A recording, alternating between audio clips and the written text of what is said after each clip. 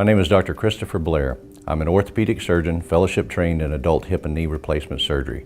I practice in Richardson, Texas at Methodist Richardson Hospital. The most common fractures we encounter are characteristically fractures of the hip, followed by fractures of the distal radius or wrist, and those fractures of the proximal arm or humerus. Most patients present to our emergency room with a fracture, pain, immobility, and they call on an orthopedic surgeon to evaluate the fracture and to propose treatments. Many patients present to the clinic of the orthopedic surgeon with persistent pain and swelling. They don't know if there's a fracture there, they only know that they underwent some kind of trauma and the pain persists. We do x-rays here in the office and they can evaluate whether the bone has actually been fractured or not.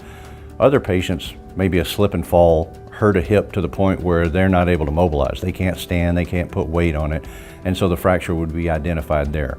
Regardless of where the fracture is found, we can propose treatment regimens for operative or non-operative management of fractures.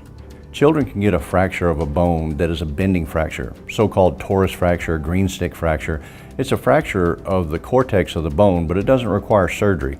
Often these can be treated non-operatively in either a brace or a cast. Other fractures that could fracture a bone and include significant displacement in an adult or in somebody with mature bone may still be treated non-operatively if they're stable, but if they're deemed to be unstable, operative intervention is often required in order to align the bones and to stabilize the fracture so that it can heal in an anatomic position. Most fractures can be addressed in either operative or non-operative means. Non-operative management might include a sling, a brace, or even a cast.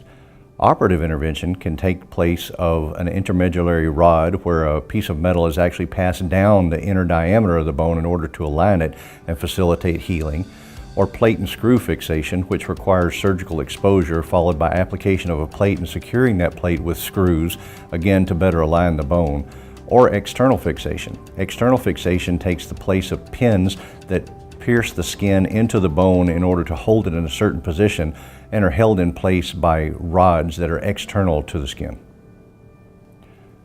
Anytime pain or immobility persists and does not go away with the routine application of ice or non-steroidal anti-inflammatories and over-the-counter pain medication, a patient should seek evaluation. It may be that there's not a fracture. Damage to ligaments and tendons hurt just as much as fractures do, but the x-ray will be able to tell us whether there is a fracture that could benefit from intervention of an orthopedic surgeon.